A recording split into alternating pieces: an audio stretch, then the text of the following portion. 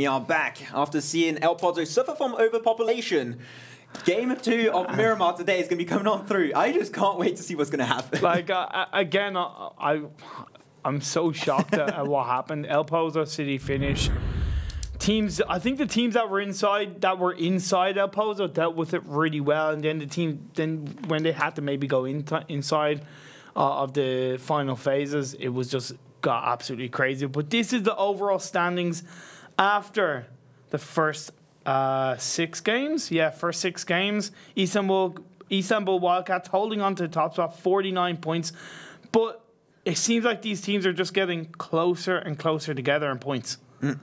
And the reason why, BetterLuckNxTime, they finally got up. They were in 10th position at the start of the day. They got now in 5th position. Those 9 kills on that game, we talked about it, that gatekeeping, and that grenade from Artix on no tag team just allowed them to get them back in such a comfortable position after this second game today. Like 3 teams are on 43 points, Max. 3 teams, 3rd, 4th, and 5th.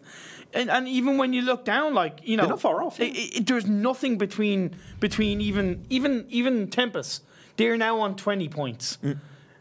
They're close. Another chicken dinner will put them up in the standings. It's so damn close in Group B. I love it because I think in Group A after 4 days, I'm not saying it's going to be like that. I'm not saying it won't be like that, but it seemed like in Group A, we saw maybe a couple of the teams kind of creating a bit of a gap, whereas in Group B, it seems like these teams are just getting closer and closer together.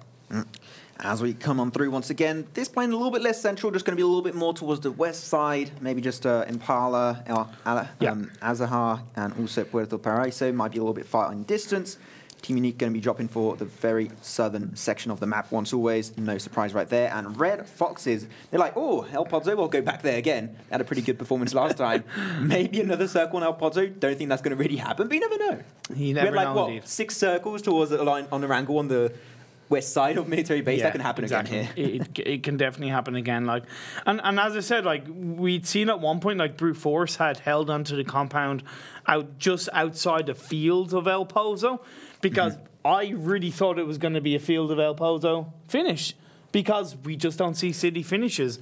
And it went against them. It went towards the likes of Tempest, and that was a crazy first game. But no, it's definitely not going to be El Pozo, because that first phase 1 circle is deep down south. Could it be a Miramar kind of southern island finish? Could it be a prison finish? Yes.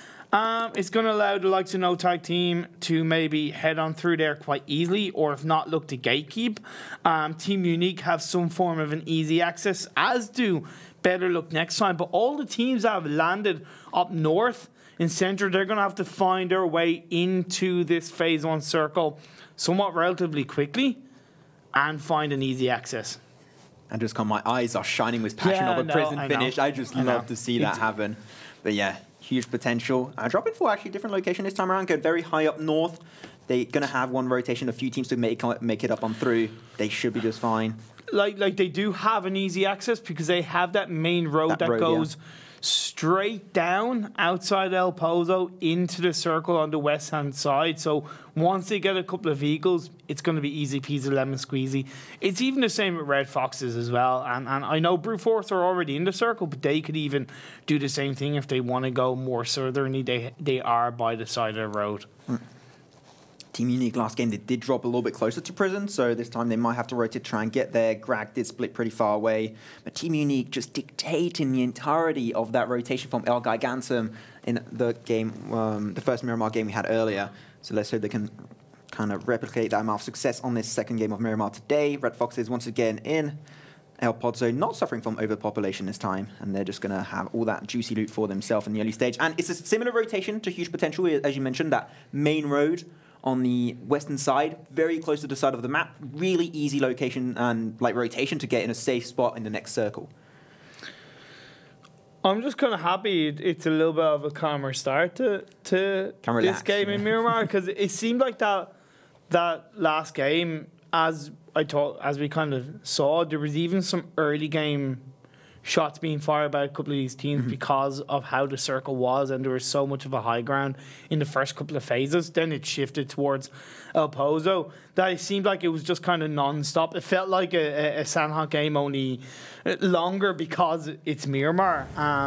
So I'm just kind of glad we have a little bit of time to just cool down, see how these teams are rotating through, take in what these teams are looking to do in this next game in Miramar, and see, of course, who's going to come out on top. Jokers, they like playing split. They are so split right now, and they're going to have to be a little bit cautious as Northern Lights Spyro might be finding set. They do, I'm pretty sure they do have the information. They're playing very cautiously, not moving way too much.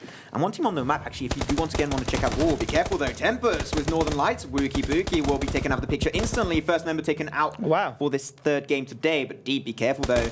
Going to be shot down by Hjort and will be the next casualty of this game. 1-for-1 trade-off. Not too much, but Tempest now, they can still rotate away and find a better location. I was just about to talk about Tempest. Last game, rotated from Picado really early on to get a center position. That's what last game got them that chicken dinner.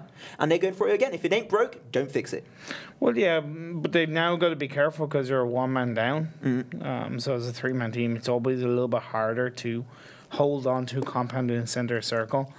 And it's still going to be a little bit unpredictable as to what the next couple of phases are going to be. At least kind of from my point of view, these teams are really experienced, they're really competent, so they will obviously have some form of a better idea, a better level of predictions, on what these phases are going to show up, and they're going to make those decisions based on it, as well as the fact of being aware where the other teams are potentially going to be, Max. The rotation we were talking about earlier from Huge Potential and also Red Foxes, they are pulling off that rotation right now, but here it is though. Spyro are going to be finding Kleb of Tempest. Now pretty split, and Joker's set just doesn't have to get involved whatsoever. Kleb, can he get res back up? He's solo, he's bleeding out. Seemed like he could just get there in time, with the grenade will be chucked over by Set. They don't have the information on him, they're just focused mainly on the forces of Northern Lights. The grenade does get shut, and it does get secured as Hani will be also the next casualty from Set. And he's doing a great amount of work, despite being a one-man army on this fight. And that's going to be Tempest. Despite getting the chicken dinner last game on Miramar, they're going to be going out in 16th position. Well, it was a little bit unfortunate because, yes, they had kind of the man advantage in that situation, but there was two other one-man armies there. You know what I mean? Like, you had Northern Lights, you had Jokers there. They were kind of pinched. You saw an unlikely, so to speak, alliance being formed somewhat between Northern Lights and Jokers, but with that squad wipe coming out, they're going to be able to turn their attentions onto each other. So interesting who's going to win that war in that compound as Team Oops move their way through. They're in the center of the circle. They're looking for the high ground, and it will obviously work out pretty well for them for now. That's the rotation we were talking about earlier. Red Fox is going to go on the western side. Going to get to this main bridge here to get to prison. Not sure if they're going to go actually on the... No, they're not going for the island. Okay, they're just going to stay on the mainland for now. If it does shift... Look at this. It's going... Oh, hey, friend. Faultlessly, no, I'm going outside the road now. He does go behind it. Although Metabee is going to be able to get that knockdown, and we'll probably turn around and go, wait, no, we have to get a kill. Yep, road kill. Gonna come on board. Plays it safe, yeah. Gets behind just in case not get shot from the compound. But no one is really there, so he's just going to be fine. Here it is. Faultlessly gets taken out. I know kind of Jevels is a tiny bit out in the open, but the fact that he still looked around him before he went to secure that frag, because he could have been a little bit tunnel visioned and went for that frag and could have been knocked down if there had been someone else there. So it's just that little bit of intelligent play. It's something that most players will know to do anyway, but it's still, when you see it, it feels good to see. No tag team. Last game, really good building under the control. This time they have the coastline and the high ground both together as they split a little bit their forces. That's going to be great for them to try and hold this phase 1, maybe going towards phase 2 if it does shift in their direction. For Kings last game, unfortunately not quite going their way, really struggling to get in circle, but now they are in a very northern section towards the likes of Huge Potential. They are not too far off, but they shouldn't really crash into each other at this point, but still they're going to play pretty safe. Northern side, not many teams there. It's just easy rotation in. It's just going to be peeking. If you can get a couple of shots off and potentially get a knockdown, maybe frag, hey, look cool, but it's just a matter of peeking, communicating with the rest of the team, spotting them out and see where it goes from there. But ToWzErA in the direction of better luck next time. Better luck next time, just kind of exit out of there. See what's going to happen. Phase 2 circle is going to expose itself in the next couple of seconds. Is it going to go down south once again? Is it going to go up to the mainland? Time will tell. Drum roll, please. It's going to go down south. It's not going to be quite a prison finish, but it still could be a lost Hugo's finish. It's going to be very interesting for these teams. A lot of teams up in the northwestern side of this circle going to have to make their way through. No tag team are in the dead center on the coastal line of this mainland. We saw also Team Unique getting a little bit pinched over by a 2-2 split. From the forces of Istanbul Wildcats, they do have that high ground. They had to backtrack over to that compound, try and defend just a little bit easier against the full forces of Istanbul Wildcats. Got back together. BSD now, he's going to have that angle. One huge player last game for the forces of Istanbul. But he's going to backtrack just a little bit. Does have a little bit of a compound, a little bit easy to defend. Laza, though, does find a shot on PVVM. Does get to the compound once again, but though ELGIGANTEN, they can try and get to a better location. A few shots fired coming out from Genzo was that M4, but not much will be coming out of that, unfortunately, as it's just going to be grazing on through full forces and avoiding the fight as much as possible. Yeah, Istanbul Wildcats looking pretty good. They're feeling confident in Miramar, I find, compared to the other maps. Maybe it's just because we saw Lanza putting in a stellar performance yesterday against 4 Kings and getting that squad wipe. But we do see KnorkiS from the side of ELGIGANTEN securing a frag, securing a kill onto the side of Istanbul Wildcats. Caster Curse came out, I think, in that situation, unfortunately. But now no tag team give it. Just exiting away from where ToWzErA are. And he's going to be, once again, being able to communicate that with the rest of the team and go, ToWzErA are there. So you know that there's a squad in that direction. Oh, Nail. Oh. Nail up, going to be put down to 61 HP. ELGIGANTEN, still good location to work with. They're going to try and actually fight on the front line with the full forces of no tag team, still fighting on that front line, on the coastline of this game. Yannick going the distance, actually, surprising. He does have that M16, and he's going to take a few shots, does find KnorkiS want a little bit of damage. Well, that's why I think Nail-Up is still firing a couple of shots just to kind of distract them, right? So you're kind of pinching him a little bit, kind of going, where are these shots coming from? Who's kind of shooting them? You also see O'Connell in the background. So no tag team find themselves in a really decent position, although now this compound push coming out from ELGIGANTEN to possibly get the kill on the Yannick. He gets knocked down for KnorkiS. He gets fragged out. No tag team find themselves down to 3 players. Although the second knockdown comes out onto Nail-Up from Marcelek. ELGIGANTEN, that's exactly what they needed to do. They needed a push to get onto that compound because they were a little bit out in the open. So they took the decision, they pushed down, they took down Yannick, and they gave the man advantage over to them. Yeah, this was a 1v3 as they go on full forces. Marcelek going to be joining on through. They should be able to hold that. Also, this coastline compound going to be really easy to defend if it does shift in their rotation. And actually, they're giving it away, and they're going for actually the counter engage on the side of a no tag team as they got knocked earlier, so that's going to be great for them. No tag team having the compound, has the vision. He knows that Marcelek is there. He hears the footsteps, but grenades once again. This compound grenades can be huge if this engage comes on out from ELGIGANTEN. You can see KnorkiS, he's going to try and find that grenade, does chuck it over. I'm just wondering what Givit is going to do. Is he going to stay there? How's O'Connell going to flank around, should I say, to possibly get an extra angle onto it?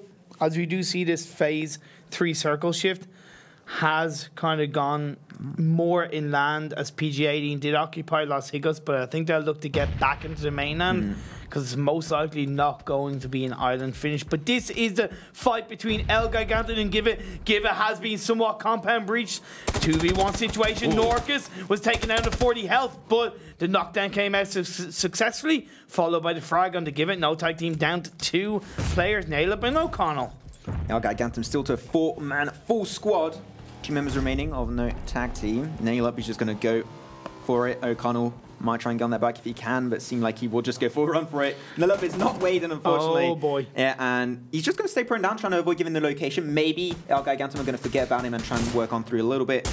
Coming over, here it is, Nail-Up. He gets that shack on the top. ELGIGANTEN, ghostar, can't quite find the shots with that SLR. Just going to have a little bit of time to breathe. Although that fight, 4 Kings eliminated. 9/16th position this time, but in 15th. Very unfortunate for them. Yeah, Northern Lights taking control of that. On top of that hill, they are outside the circle, so they had to kind of get that squad wipe just to kind of clear a path, so to speak. But as they look to move into the circle, they're going to potentially look to go up against Brute Force and MJ-Esports. If you do want to check out the dedicated map stream, you can type _map in the chat to get that link, or you can head on over to twitch.tv/PEL_esports_map and check it out and get an idea of where these teams are located, because this is where these teams are located in Phase 3. We talked about earlier, like you talked about PG-18, they were a Los Higos. They had to get to the main line because they were 100% not going to be a Los Higos finish. So they went across the water, didn't they? They did like early just to avoid getting gatekeep, which I think is really smart decision-making from PG-18. Now they just have that coastline to work with on that road. Airstation Mike, a team they was so close to a road, so roads are really good to just try and deny rotations out from some teams. But I do think PG-18 should be possibly going a bit more up on the main end. I know it's risky because I know teams will have already kind of occupied there. So they, not that they don't have anywhere to go, but they've kind of made their bed. They have to just wait to line it until this next circle does show itself up, as double on the side of Team Moops does knock down O'Connell, and then the kill is secured on the side of Reggie Birdo. As you know, Nota team, they only have one player left, Nailup. They haven't had the best of second Miramar games, find themselves in a bunch of squad fights as they've just been taken down one by one. Might not be seeing snakes coming out from Nailup. I'm not really expecting that. It did shift away, as you said. PG-18, they have to rotate. They see that shift. They're like, okay, we'll rotate now early on just to avoid getting gatekeeped too heavily. Of course. And he is going towards actually a good entry point. Nailup is going to be there on his own. I don't think he's going to really do much on that one. But though, Red Foxes, they might get some information on PG-18, might try and deny that rotation. But Northern Lights, we talked about it earlier in the northern section, they had to trample the trigger. And MJ-Esports, they're going to be trying to stop that from happening, as they're going to be clashing back and forth. It's really tough for PG-18. I do kind of feel sorry for them because they had taken the decision, which I don't disagree with, of going into the island. They predicted it was going to. It was a little bit unfortunate. So they find themselves in a bit of a pinch situation. They are going for a bit of a 3v1 split, which I kind of agree with, because you might lose one member at a time. Dies has got knocked down, but still, as a three-man strong team, the Wanderer has gotten himself a little bit more up into that mountainside area, but Nailup is there. We know Nailup isn't afraid to take a couple of shots off if he can find frag for his side.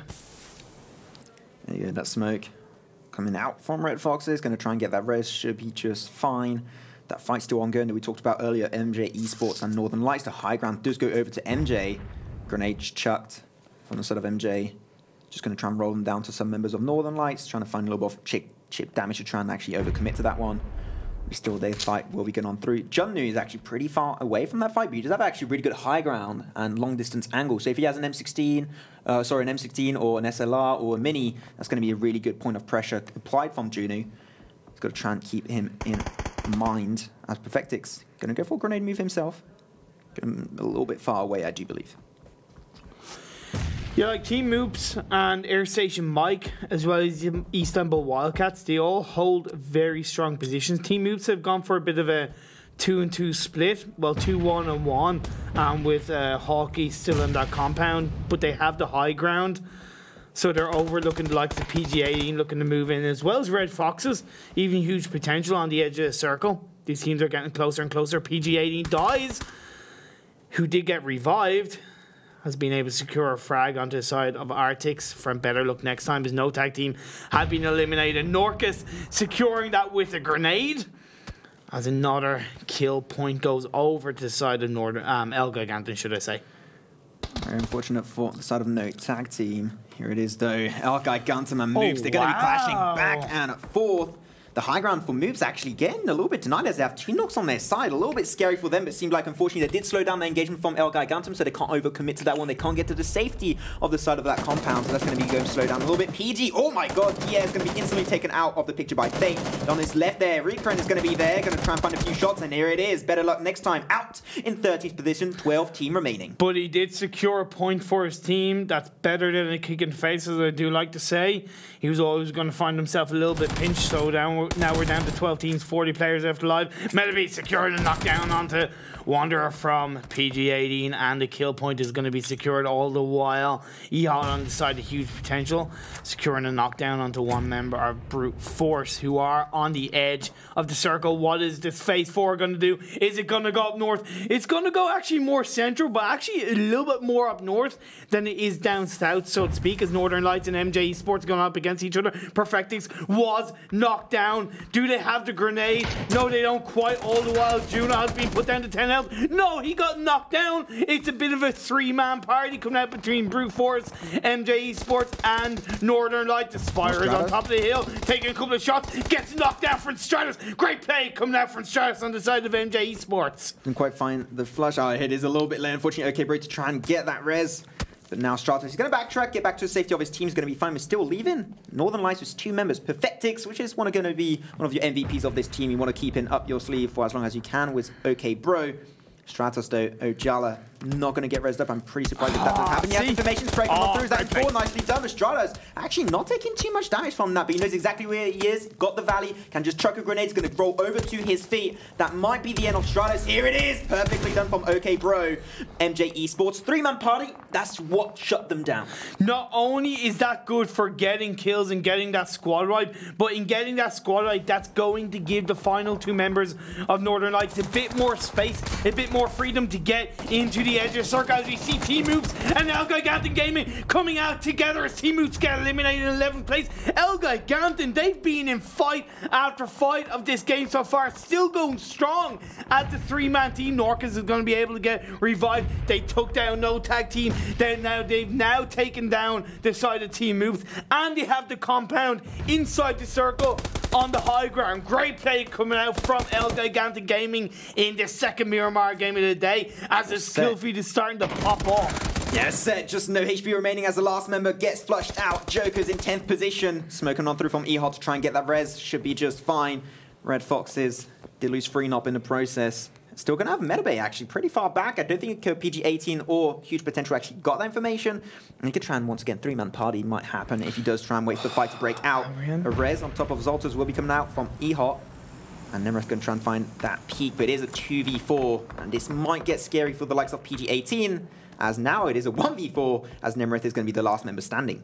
Got to give credit though to PG18, because they were on the edge of the circle and they found themselves under a little bit of pressure. Nice. One knockdown comes down. Is he going to be able to get second knockdown? No. Greenhawk is there, flanking around. PG18 get eliminated in 9th place. We're down to 8 teams, 21 players alive. That revive will come out more importantly, but this is Metabee from Red Foxes.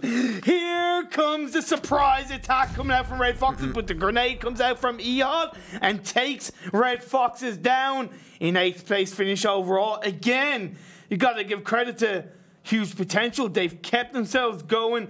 They were being potentially kind of, so to speak, third party by Red Foxes, but great response coming out from them. But they've got to make their way through the circle. He has taken shots over onto the side of Brute Force. ELGIGANTEN just hold the edge of the circle. Airstation might hold the compound inside the circle. All the while, Istanbul Wildcats, they're on the high ground in somewhat the center of the circle. Yeah, Istanbul Wildcats going to be pretty good. One team that's having a hard time is going to be Team Unique. They have that road that's going to be very scary. You know that roads on Miramar, that's the worst position to be in. They do have a little bit of a slope also to go up against, which might deny them a little bit of protection. And Airstation Mike, they're just there ready to just lurk on through and get those kills. They're going to go for the car move, which is perfect move from them. They're going to lose 1 member back just in case they lose that car move, which is a huge potential from Team Unique. They have to pull the trigger. They don't have a decision in this matter. That car will be exploded. No damage on Grag or PVVM whatsoever. Now they're just going to stay pro. A little bit of trade to work with. Grenade going to be chucked right behind PVVM. He's going to be the first casualty on the side of Team Unique. Grag also taken out by Hugstar's grenade, and now they're going to try and flush on through, but they still have standing in the back because they let him there, but he's going to get lasered on through by the full forces of Airstation Mike. That's why Team Unique is out in 7th position. It was so hard for Team Unique. I agreed with what they were doing of the 2v1,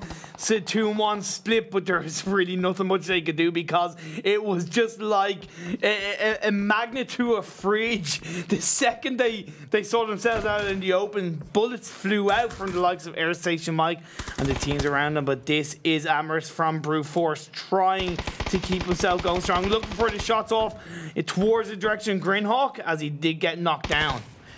ELGIGANTEN, they come in from the back on the side of Huge Potential. They want to try and 3-man party. Zolters and Olrain don't have the information, and here it is. They're going to slowly get in at the angle. But it seemed like ELGIGANTEN actually just backtracking a little bit, getting a little bit close quarter to try and pull the trigger. And Northern Lights just going to be just hiding as much as possible, which I like. They are in circle, and because there's so many fights going on, just those positioning points, especially in the top 6, is going to be really valuable. Maybe he's just testing the earth just to make sure it's of good quality for the crops. But yeah, very fertile indeed. But AmerouuS, he's damn fertile, taking shots off in the direction of Rain with Hawk from Brute Force securing that knockdown at least, and ghostar takes that kill away. So here comes Johnny, the side of ELGIGANTEN, looking to get more and more kills for their side. They still have 3 players up. No team has a full squad up. It's ELGIGANTEN, Airstation Mike, and Istanbul Wildcats, all with 3 members left going strong. What is this next circle going to go for us? Is it going to go up north? Is it going to go down south? It goes down south, putting ELGIGANTEN Gaming and Istanbul Wildcats in the prime position to just keep hold of this circle all to themselves. Yeah, ELGIGANTEN, they were suffering the circle shift, and now they're the team that's going to be dictating how this one works out. So, though Airstation Mike, getting close to Northern Lights, you don't quite like how this one is going on. ToWzErA, Hugstar might get completely surprised by this one. Their GP come through, ToWzErA down to now 1/3 HP. Hugstar going to be the first casualty, flush out the kill instantly. Airstation Mike, they're going to be losing 2 of their members instantly, but no, Jazza in the back, going to be coming on through. Okay, bro, doesn't quite connect too many bullets with that M4, so he's just going to have to backtrack a little bit, does have a little bit of terrain to work with. fEJK going to be coming on through, does get that nice instant knock. Going to be turning it into proper 1v1 of Jazza versus OK Bro. fEJK is going to be taken out, shut away, and actually stolen by ELGIGANTEN. 10 kills for this insane team with a good location, and Jazza has to backtrack. Yeah, that does give Jazza, I wouldn't say a bit of a chance to get into circle, because the fact that ELGIGANTEN Gaming took that frag away says to Jazza, I've got to be really careful how I get into this circle all the while. Huge potential, and Brute Force going up against each other. The grenades are going to be thrown out towards that shack, not quite connecting on the side of Huge Potential. Ehot and Zolters trying to peek around behind it. The knockdown does come down. Hawk does connect with that nade, and now he's going to throw another grenade, probably going to secure that squad wipe, if not from the grenade, then from the blue zone at least. Yeah. And that is Huge Potential eliminated. Zolters did die to the play zone, so that's at least a point denied on the side of Brute Force. And Jazzy, so far away from that fight, he actually might just be fine and get in second position. Okay. He's going to go for a car move. Yeah, there you go, just going to be fine. But though, in this valley, there's going to be Istanbul Wildcats. They're in the worst position of this game. Just put together between the forces of ELGIGANTEN and Brute Force. But they have a lot of dips that they can actually hide behind. But the grenades are gonna. But then again, Brute Force have probably used a lot of their grenades anyway. Like for example, Hawk doesn't have any. He used all of his to secure the kills onto Huge Potential. So they're just gonna look to frag out as quickly as possible. And you're dead right, Jazza from the side of Airstation Mike, with all the shots being fired out in the southern part of the circle, it did give him an entrance. But once again, this phase 8 shift has gone down south. Jazzy is just not catching a break on the side of Airstation Mike, but Genzo gets the first knockdown onto MOORPHEUS, but ghostar returns the fire, so does Norco. Genzo's going to get fragged out. MOORPHEUS gets fragged out from AmerouuS. This is Clash of the Titans between all these 3 squads. ELGIGANTEN going to be put down to ghostar and KnorkiS. But they did lose Lanta. And though you can see Brute Force, they're trying to get involved, pushing a little bit forward. And Apocalypse is going to be the last member on the side, actually, of Istanbul Wildcats. AmerouuS there behind that tree should be just fine. Here it is, Jazza, 3-man party in the fight on his own. 1-man army coming on through. Does get that instant kill, but get the kill actually stolen away by Istanbul Wildcats, by Apocalypse himself, despite being on his own. And still Jazza lurking in the shadows, waiting for a prime opportunity to steal that chicken away. And to be honest, all that is doing overall is just giving ELGIGANTEN even more of an advantage. They do have the man advantage, but look at ghostar heading right in the direction of Apocalypse. He is going to be able to try and connect. He is down the bottom of the hill. Hawk is there, but I don't think Hawk is going to look to peek up. Is he going to go behind the shack? He sees him. He's peeking over. He has no idea where he is. How did he not secure that kill? Oh, ghostar. You hate to see it, but he now is going to back off. Potentially, as Jazza on the side of Airstation Mike is looking to join in on fun. Let's see if he can secure a kill on his side, secure another point, secure another placement point. As Apocalypse, all he can do is try and dance around that shack to keep his hopes and dreams alive. Yeah, here it is. The smoke did get refreshed over by Apocalypse, so he just got a little bit more time. He's going to get in ghostar, getting in that building. They're going to go over to the POV right there. ghostar he's backtracking. He's really hesitant. And Jazza's just lurking, just slipping. There you go. Oh my god, here it is. Jazza coming in once again, going to be taking Hawk out, and Brute Force is now in 4th position. Only 3 teams remaining. Is going to be between ELGIGANTEN, Istanbul Wildcats, and Jazza from Airstation Mike. 1v1 situation. Apocalypse is pinched in the middle. KnorkiS holds that kind of dip. Jazza also holds a dip. This is going to be the final phase. It's going to close in the next couple of seconds. Who's going to come out on top? It's a bit of a standoff for now. The smokes have been thrown out by Jazza, I believe, in the direction where Apocalypse is. It's behind the rock. 25 damage in the direction of Jazza for KnorkiS. Looking to do that tick damage, but he's being very, very careful. He's peeking. He's looking for the perfect shots, looking for those angles. Anybody he looks at, he's going to look to he's going to look to fire. Just everyone at this point know exactly where the other members are located, pretty so much. you can just pre-fire pretty easily if you do know where they're going to try and rotate. Though the circle, this is the last phase, and it is closing up right now, so they're going to have a little bit of pressure in the next few seconds. Jazza, though, he's going to be the one that's actually further away on the circle, so he's going to have to be the first one to actually try and get away from that. So I say that, here it is, Jazza out, Airstation Mike still really good, 3rd position overall, despite losing a lot of those members early on. Now Apocalypse still going to have to try and make it through. KnorkiS did throw smoke grenade down in the southern area of the circle, trying to actually debate Apocalypse. Not only did he debate him to go out of that hood, but he's also actually provided that slight bit level of protection. But Apocalypse, he's able to actually first aid himself up. It's a bit of a 75 health against 100 health right now. Apocalypse now peeking out. He had the high ground, and he gets the winner chicken dinner for his Istanbul Wildcats side. Great play as that 1-man army towards the end. Istanbul Wildcats finally the first team in Group B, securing 2 chicken dinners in the first 2 days. Man. That was a great end game. Jazza, though, you got to give props to Airstation Mike Jazza. He's always the last member remaining on his side and just getting 3rd position. I don't know how many teams are still remaining when his team lost all their members. Yeah. But that just redeemed the entire game for them. And even Hawk from Brute Force as well. Yeah. You know, it was very, again, like, I don't know what it is about these games, but they're throwing out, I wouldn't say unpredictable finishes, but to me, a little bit unusual. Like, they're not standard to me. Like, you know, like the 1v1v1 at the end, that's not really normal. Normally we have a team that has a 3-man advantage against maybe a 2-man team. So it's really unique for me in some way, and I absolutely love to see it. As we go back over the highlights, a lot happened on this 3rd game of the day. That was when Red Fox trying to rotate that man engage of ELGIGANTEN. Once again, he said it earlier, they're picking fight after fight after fight. They get 2nd position, nicely done overall.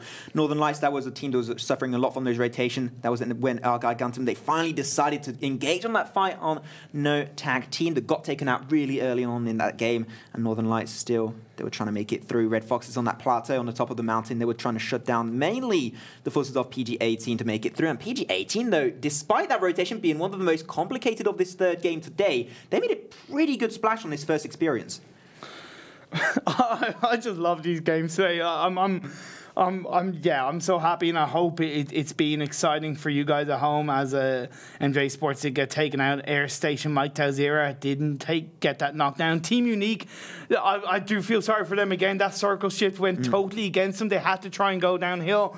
Jokers were eliminated early enough on as we got down to 9 teams at the 22-minute mark for all those 7 teams. It was crazy. That was the moment that Unique just it just didn't go their way, and there's nothing really they could do. Just went completely downhill, because they had to make it downhill. Exactly. But they just couldn't do much against the forces of Airstation. Then Airstation, they come on through. Got a little bit surprised, actually, by Northern Lights. They did lose ToWzErA and Hugstar in the process. Then Jazza got in, got Perfectix, and I think that was another kill that came on through on the last member of Northern Lights in the distance. Did get stolen away, though, by ELGIGANTEN. A bunch of kills again to get higher in the leaderboards. I do wonder, would it have been different if Airstation Mike had had that second player up? Would it have turned around in their favour? It's really interesting. Like, Northern Lights potentially shifted shifted the path that Airstation Mike were on, and this was the moment where Istanbul Wildcats took that chicken dinner. The point standings from that 7th match in total from Group B, no tag team, 0 points, the only team to get it, but they were just being taken out one by one. I don't know kind of exactly what happened, but just an unfortunate game. It can happen in the world of PUBG. It was just a really good compound breach, mainly from the side of ELGIGANTEN. They played that really well. And go check out the top 8 of this third game today. 17 points for ELGIGANTEN. Top 2 teams getting 11 kills each. It's not just ELGIGANTEN, but Northern Lights. But I've got to say, I was thinking about it towards the end. A little bit kind of sad that ELGIGANTEN didn't get the chicken dinner, but from a kill point of view, that's exactly what I saw from them in the PEL Contenders promo. That's exactly what I saw from them. It was amazing. It feels like they're getting their mojo back, as if they've warmed up, and yeah, things are getting more aggressive, as we do see KnorkiS from ELGIGANTEN, 7 kills. Great play by him, followed by Hawk with 6. And then got Perfectix from Northern Light. That engage early against Airstation Mike was pretty decent. Got a bunch of kills. Unfortunately, did get taken out of the picture after that. I heard it. KnorkiS, 1,027 damage. Some 4-man teams sometimes even struggle to get that much. I think that's the first time we've seen in the whole of Phase 3 between both Group A and Group B that we've seen one individual player getting over 1,000 damage in one match. KnorkiS, you legend. And even the whole of ELGIGANTEN, great game by Istanbul Wildcats. Super exciting. Definitely nicely done for all of these late game teams. That was the last game of Miramar today. Now, they had that first experience on Tanahawk yesterday. How are they going to cope with it today? Just back in a few short minutes.